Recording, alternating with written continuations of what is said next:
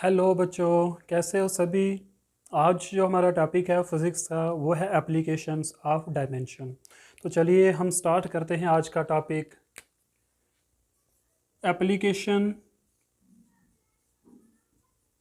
Of dimensions.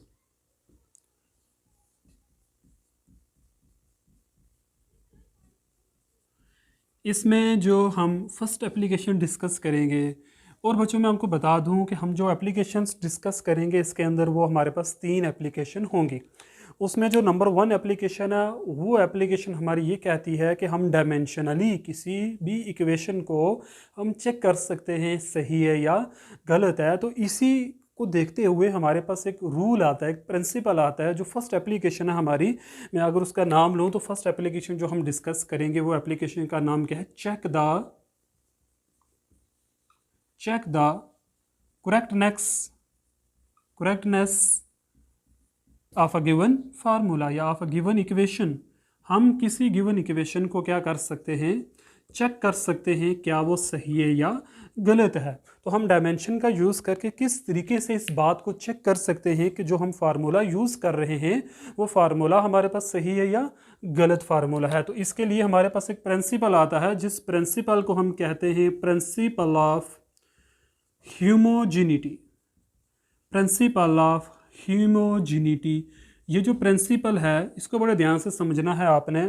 Principle of ह्यूमोजिनिटी बच्चों ये कहता है कि आपका जो फार्मूला है वो कब सही हो सकता है, डायमेंशनली करेक्ट कब होगा, जब एलएचएस और आरएचएस के डायमेंशन आपस में क्या हो जाए, बराबर हो जाएंगे। उस वक्त हमारे पास वो जो इक्वेशन है वो हमारे पास क्या हो जाएगी, डायमेंशनली करेक्ट हो जाती है स्टूडेंट। ठीक है, तो चलिए हम देखते हैं। पहले हम इसकी डेफिनेशन लिख लेते हैं। प्रिंसिपल ऑफ ह्यूमोजेनिटी कहता क्या है, तो आप मेरे साथ साथ लिख रहे इस प्रिंसिपल ऑफ ह्यूमोजेनिटी को। तो ये प्रिंसिपल क्या कहता है हमें, अकॉर्डिंग टू, बहुत खूबसूरत प्रिंसिपल है student. According to this principle, ये जो प्रिंसिपल है हमारे पास ह्यूमोजेनिटी, ये प्रिंसिपल क्या कहता है, the equation, the given physical equation हम कहते हैं। कोई भी हमारे पास जो इक्वेशन है, द गिवन फिजिकल इक्वेशन इस डायमेंशनली, ये बात बहुत ज़रूरी है स्टूडेंट यहाँ पर, कि कौन सी बात, डायमेंशनली करेक्ट। कोई इक्वेशन डायमेंशनली करेक्ट कब होगी, जब क्या होगा, if the dimensions of all the, of, इस बात को समझना student, of all the terms, जितनी भी हमारे पास टर्म्स आ रही हैं किसी गिवन इक्वेशन के अंदर, उन सब के जो डायमेंशंस हैं, तो मैं क्या लिख रहा हूं, if the dimension of all the term occurring, जो जितने भी हमारे पास जो टर्म्स अकर कर रही हैं with in equation, with in the equation और सेम, अगर डायमेंशन जो हैं बोथ साइड, स्टूडेंट एक वर्ड हमने मिस कर दिया, वो ये है, if the dimension of all the term occurring both side. यहां पर आएगा occurring both side with in the equation और सेम, उस वक्त जो हमारा फार्मूला है वो क्या हो जाएगा, सही हो जाएगा। तो एवरीवन नो, इक्वेशन में हमारे पास दो होती है, एक होती है लेफ्ट हैंड साइड, एक होती है राइट हैंड साइड। अगर लेफ्ट हैंड साइड के dimension right hand side dimension के बराबर हो जाते हैं तो हम कहते हैं हमारा फार्मूला डायमेंशनली करेक्ट है। तो चलिए स्टूडेंट हम एग्जाम्पल करते हैं इसकी। तो स्टार्ट करते हैं एग्जाम्पल।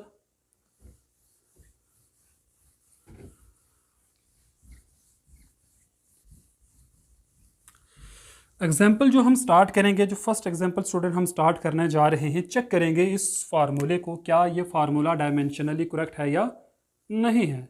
एग्जाम्पल्स, एग्जाम्पल नंबर 1 हम लेंगे, बहुत ही फेमस रिलेशन है एक स्टूडेंट हमारे पास, E equal to M C square. या एक काम करते हैं, इससे पहले मैं आपको एक इक्वेशन, एक और में चेक करते हैं एक फार्मूला। ये है 1/2 mv square, this is equal to mgh। तो चलिए स्टूडेंट, मेरे पास एक ये रिलेशन है, तो हमने चेक करना है डायमेंशनली क्या ये सही है या गलत है। तो चलिए स्टूडेंट चेक करते हैं। तो रूल ये है, आप क्या करिए, सबसे पहले लेफ्ट हैंड साइड के डायमेंशन कैलकुलेट करिए, फिर हम राइट हैंड साइड के डायमेंशन कैलकुलेट करेंगे। अगर डायमेंशन दोनों साइड के बराबर आ जाएंगे तो हम क्या कहेंगे, हमारा फार्मूला जो है वो डायमेंशनली क्या है, सही है। तो स्टूडेंट हम क्या करेंगे, सबसे पहले डायमेंशन राइट हैंड साइड के निकाले, लेफ्ट हैंड साइड के निकालेंगे। और आपको एक बात बता दूं, कांस्टेंट का हमारे पास कोई डायमेंशन नहीं होता है, कांस्टेंट के हमारे पास डायमेंशन नहीं है। तो हम क्या करने जा रहे हैं, डायमेंशन कैलकुलेट करने जा रहे हैं। Dimension of 1/2 mv square. Student अब रूल याद रख लेना, जब भी डायमेंशन कैलकुलेट करोगे तो आपने फर्स्ट थिंग क्या रिमेंबर रखनी है। अब देखो जरा इसको, तो स्टूडेंट जब भी डायमेंशन कैलकुलेट करोगे तो फर्स्ट थिंग आपने क्या रखनी है कि आपको इसके यूनिट निकालने हैं। सबसे पहले यूनिट हम निकालते हैं इसके। स्टूडेंट अगर आपको याद हो, देखने से ही पता चलता है 1/2 mv स्क्वायर एक काइनेटिक एनर्जी का फार्मूला है। तो एनर्जी के जो एसआई यूनिट है हमारे पास वो जूल होते हैं। तो चलिए पहले इसके एसआई यूनिट हम निकालते हैं। फर्स्ट स्टेप में हम क्या करेंगे, डायमेंशन निकालने के लिए क्या करने जा रहे हैं स्टूडेंट, एसआई यूनिट हम निकालेंगे। एसआई यूनिट अब 1/2 है, तो 1/2 कांस्टेंट के कोई यूनिट नहीं होते, ये है हमारे पास मास। तो मास के यूनिट स्टूडेंट क्या होते हैं, केजी। आगे है वेलोसिटी, तो वेलोसिटी क्या होता है, मीटर पर सेकंड। और v का स्क्वायर है, तो यहाँ पर इसका क्या आ जाएगा स्टूडेंट, हमारे पास स्क्वायर आ जाएगा। तो हमारे पास क्या आ जाएगा, केजी। यहाँ पर क्या आ जाएगा, m की पावर 2 एंड s की पावर -2 आ जाएगा। स्टूडेंट डायमेंशन निकालने के लिए हमने जो एसआई यूनिट निकाले हैं उनमें आपने खास बात देखनी है, रूल नंबर सेकंड याद। यहाँ पर तो हमारे पास सिंपल है, जितने भी टर्म आपके पास एसआई यूनिट के अंदर आ रही हैं क्या वो फंडामेंटल हैं या नहीं है। तो आपका सबसे पहले जो काम है वो आपने क्या करना है, इन सब को फंडामेंटल के अंदर कन्वर्ट करना है। तो जो केजी है ये हमारे पास फंडामेंटल यूनिट में आता है, जो हमारे पास मीटर है ये भी फंडामेंटल यूनिट में आता है, और जो टाइम है हमारे पास स्टूडेंट ये भी क्या है, फंडामेंटल यूनिट में आता है। और स्टूडेंट आपने याद रखना है, यहाँ पर भी एम है यहाँ पर भी एम है, तो कन्फ्यूज़ नहीं होना है। ये वाला जो एम है, जब फार्मूले में एम वर्ड यूज़ होगा तो उसका मतलब होगा मास, और जब किसी इक्वेशन, जब एसआई यूनिट के अंदर हमारे पास m यूज़ होगा तो इसका मतलब ये लेंथ को रिप्रेजेंट कर रहा है। तो स्टूडेंट ये हमारे पास यूनिट आ गए। अब ये जो यूनिट है केजी जो है ये भी फंडामेंटल है, मीटर जो है ये भी फंडामेंटल है, और टाइम जो है ये भी हमारे पास फंडामेंटल यूनिट्स के अंदर आते हैं, जो सात है मैंने आपको बता रखे हैं। नंबर 1 है केजी, फिर है मीटर, सेकेंड अम्पेयर है स्टूडेंट जो करंट का ऐसा यूनिट होता है, केल्विन है हमारे पास, मोल है और कैंडेला है, ये अपने साथ याद रखने हैं। तो अब स्टूडेंट इसके डायमेंशन क्या हो जाएंगे, अब इजी हो जाएगा डायमेंशन। तो डायमेंशन जो है हमारे पास उसके लिए हम स्क्वायर ब्रैकेट का यूज़ करते हैं, केजी के लिए हम कैपिटल एम का यूज़ करेंगे, मास के लिए, और यहाँ पर केजी की पावर कुछ नहीं तो 1 होगा। लेंथ के लिए यानी मीटर के लिए हम लेंथ का यूज़ करते हैं, तो यहाँ पर एल की पावर क्या हो जाएगा 2, और यहाँ पर टी की पावर स्टूडेंट कितना हो जाएगा, टी की पावर -2। तो ये जो हमारे डायमेंशंस निकले हैं स्टूडेंट, ये आगे हमारे LHS साइड के यानी 1/2 mv स्क्वायर के जो डायमेंशन है वो ये वाले हैं। अब हमारा काम क्या होगा, MGH के डायमेंशन कैलकुलेट करना और चेक करना क्या ये बराबर आते हैं या नहीं आते हैं। चलिए हम स्टार्ट करते हैं स्टूडेंट इसको। तो हमने डायमेंशन के निकालें, तो पहले स्टूडेंट हम क्या करेंगे, इसका SI यूनिट निकालेंगे। SI unit of MGH student पहले टर्म से, M का मतलब मास, G का मतलब एक्सेलरेशन ड्यू टू ग्रेविटी, और H का मतलब हाइट है। तो ये बातें हमने याद रखनी है। अब SI यूनिट मास के लिए क्या आता है student, kg। Acceleration due to gravity चाहे कुछ भी हो बट है तो एक्सेलरेशन है, तो एक्सेलरेशन के यूनिट हमारे पास क्या आ जाएंगे, मीटर पर सेकंड का स्क्वायर आ जाएगा, यानी s की पावर -2। और हाइट है, तो हाइट एक्चुअल में तो एक लेंथ है स्टूडेंट हमारे पास, तो लेंथ के यूनिट हमारे पास क्या होते हैं, metre.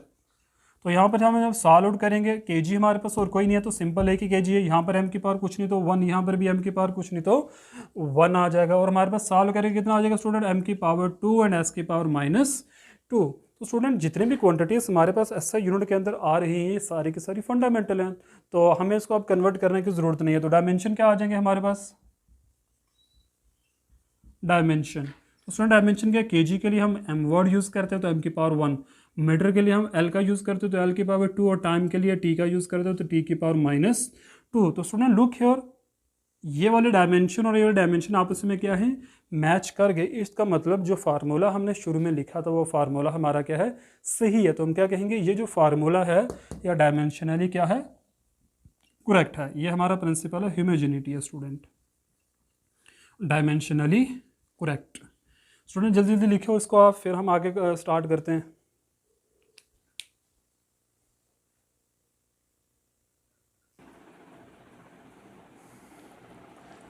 Student second example solve करते हैं इसकी हम। Example number second, E equal to M C square. Student ये है famous relation, energy mass relation, ये आइंस्टाइन, अल्बर्ट आइंस्टाइन ने दिया था। तो चेक करते हैं ये फार्मूला सही है या गलत है। स्टूडेंट अगर किसी ने मिस्टर क्या नाम था, छोटा बीम अगर देखा होगा, तो छोटे बीम के अंदर ना एक पार्ट आता है जिसमें एक साइंटिस्ट होता है, तो वो चेक करता है, वो दो फार्मूले लिखता है। मैं आपको बताऊँ तो किस तरीके से। वो एक फार्मूला ये लिखता है और एक फार्मूला ये लिखता है, E equal to M C की पावर 4। तो वो चेक करता है कि इनमें से कौन सा फार्मूला सही है। तो मैं आपको बता दूं, छोटे बीम के अंदर वो जो साइंटिस्ट होता है वो एल्बर्ट आइंस्टाइन को बताया होता है। तो वो चेक करता है इसमें से कौन सा फार्मूला सही है। तो वो क्या करता है, पहले इस फार्मूले को चूज़ करता है कि ये फार्मूला सही होगा, इसका अप्लाई कर दो। तो अप्लाई करने के बाद आपको पता ही है वो छोटे बीम के पास पहुँच जाता है, यानी फ्यूचर से ट्रैवल करके वो कहाँ चला जाता है, पास्ट के अंदर। और जब किसी तरीके से वापस आता है तो फिर क्या कहता है, ये फार्मूला गलत है और ये वाला क्या है, सही है। अब उसको डायमेंशन नहीं थे ना पता, अगर डायमेंशन पता आते तो वो स्टूडेंट डायमेंशन फार्मूला का यूज़ करके चेक कर सकता था। बट हमें पता है, तो हम इंटेलिजेंट हैं, आइंस्टाइन से भी हम इंटेलिजेंट हैं, तो हम इस फार्मूले को चेक करेंगे क्या ये सही है या गलत है। तो चलिए स्टूडेंट स्टार्ट करते हैं। सबसे पहले स्टूडेंट जैसे मैंने आपको बताया कि इसके डायमेंशन कैलकुलेट करने के लिए हमें क्या करना है, ऐसा यूनिट निकालने होंगे। तो हम क्या लिखेंगे, dimension of LHS side. LHS के हम डायमेंशन निकालेंगे। तो डायमेंशन निकालने से पहले स्टूडेंट क्या करना है, SI यूनिट निकालने हैं। तो हम क्या निकालेंगे, SI unit of E। Everyone know E energy है, तो एनर्जी के SI यूनिट क्या होते हैं स्टूडेंट, जोल होते हैं। क्या होते हैं, जोल हैं। अब स्टूडेंट जोल जो है ये तो SI यूनिट है, बट जोल जो वर्ड है ना, ये हमारे फंडामेंटल में तो आता ही नहीं है। अब हमें क्या करना पड़ेगा, इसको फंडामेंटल बनाना पड़ेगा। अब ये जो जोल है ना, ये जोल बना कैसे, अगर आपको पता हो, ये जो जोल होता है ना, वर्क जो है ये बराबर होता है फोर्स इंटू डिस्प्लेसमेंट के। वर्क जो बराबर होता है फोर्स इंटू डिस्प्लेसमेंट के। अब स्टूडेंट यहाँ से देखते हैं हम जोल किसके बराबर होगा, फोर्स के यूनिट होते हैं न्यूटन और डिस्प्लेसमेंट के क्या होते हैं स्टूडेंट, मीटर होते हैं। अब स्टूडेंट जो हमारे पास यूनिट है न्यूटन मीटर, इसमें जो न्यूटन है ये भी फंडामेंटल नहीं है, तो अब हमें न्यूटन को भी फंडामेंटल बनाना पड़ेगा। तो न्यूटन किसका ऐसा यूनिट होता है, फोर्स का। फोर्स किसके बराबर होती है, मास इंटू एक्सेलरेशन के। तो क्या आ जाएगा, मास का यूनिट तो होता है kg, एक्सेलरेशन का क्या होता है ms की पावर -2। तो स्टूडेंट ये जो वर्क है ना, इसके जो यूनिट हमारे पास निकल कर आए वो ये वाले आ गए। क्या आ गए मेरे पास, इसको सॉल्व करें, kg m का स्क्वायर और s की पावर -2 आ रहा है। जिस देखो ये तीनों की तीनों क्वांटिटीज़ फंडामेंटल है स्टूडेंट। तो डायमेंशन निकालने के लिए ना आपको फंडामेंटल में कन्वर्ट करना कंपलसरी है, ठीक है। तो हम अब क्या लिखेंगे, ऐसा यूनिट अब ई के क्या आ रहे हैं स्टूडेंट हमारे पास, kg मीटर स्क्वायर s की पावर -2 आ गए। तो डायमेंशन क्या होंगे, डायमेंशन ऑफ E क्या हो जाएंगे, m की पावर 1, L की पावर 2 एंड T की पावर -2 हो गए।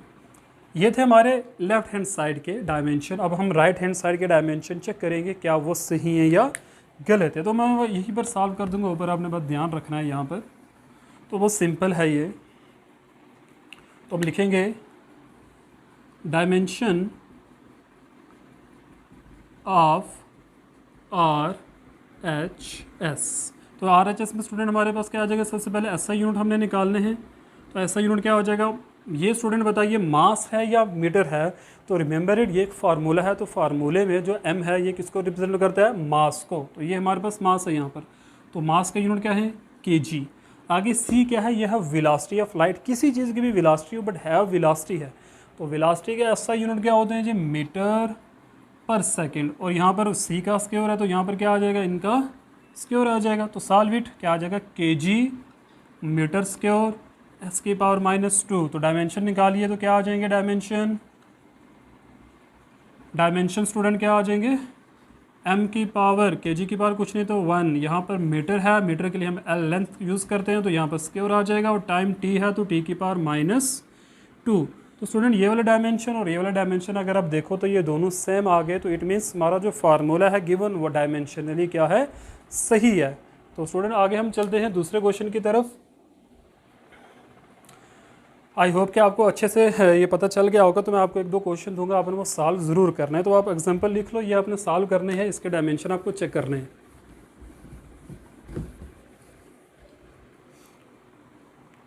मैं आपको गिवन फार्मूले दे रहा हूँ स्टूडेंट, इसको आप ज़रूर चेक कीजिए। हम इसको लिखेंगे एक्स्ट्रा डोज, यानी आपने इसको सॉल्व करना है।